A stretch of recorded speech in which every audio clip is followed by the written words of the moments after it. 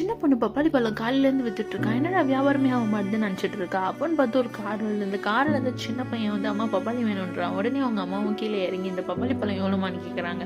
25 ரூபாய் அப்படின்னு சொல்கிறான். 25 ரூபாலாம் இல்லைம்மா, 20 ரூபாய்க்கு கூட அவன் தம்பியாக நினச்சி கொடு அப்படின்னு சொல்கிறாங்க. உடனே இவன் அவளை பார்த்துட்டு கிட்ட போகிறான். கிட்ட போயிட்டு அவனை தொட்டு பார்க்குறான். தொட்டு பார்த்ததும் கார்லேருந்து இறக்கி நல்ல பழமாக தேடுறான். நல்ல பழமாக தேடினோடனே அவங்ககிட்ட தான் போய் கொடுக்குறான்.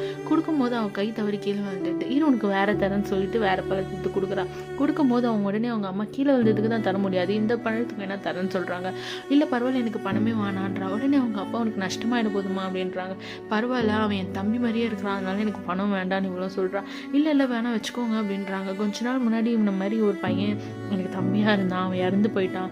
அதை பார்த்து எங்கள் அப்பாவும் எங்களை விட்டு ஓடி போயிட்டாரு அப்படின்னு சொன்ன உடனே அவங்க அம்மாவுக்கு ரொம்ப வருத்தமாயிடுது. வருத்தமானோடனே அவங்க என்ன பண்ணுறாங்கன்னா அவங்க பர்ஸில் இந்த கொலுசு எடுத்து வந்து போட்டு கொடுக்குறாங்க. என்ன உன் அம்மாவை நினச்சி இதை வச்சுக்கோமான்னு சொல்கிறாங்க. அவ்வளோ சந்தோஷமாக வச்சுக்கிறேன். அந்த பையன் திரும்பி பார்த்து அவளை பாய் சொல்கிறான். உடனே அவங்க ஹஸ்பண்ட் சொல்கிறாரு, ஒரு 25 ரூபாய்க்கு கணக்கு பார்த்து இப்போ ஒரு 3000 ரூபாய் இருக்கு கொலுசு, உன் மனசு மாதிரி நீயே கொடுத்த பாரு, அதுதான் மனசு அப்படின்னு சொல்கிறாங்க. உடனே இவரும் என்ன பண்ணுறாரு, அவங்க அண்ணன் கிட்ட சண்டை போட்டுருந்தார் சொத்துக்காக. இப்போ அவரும் பேசிட்டு இவங்க சந்தோஷமாயிடுறாங்க.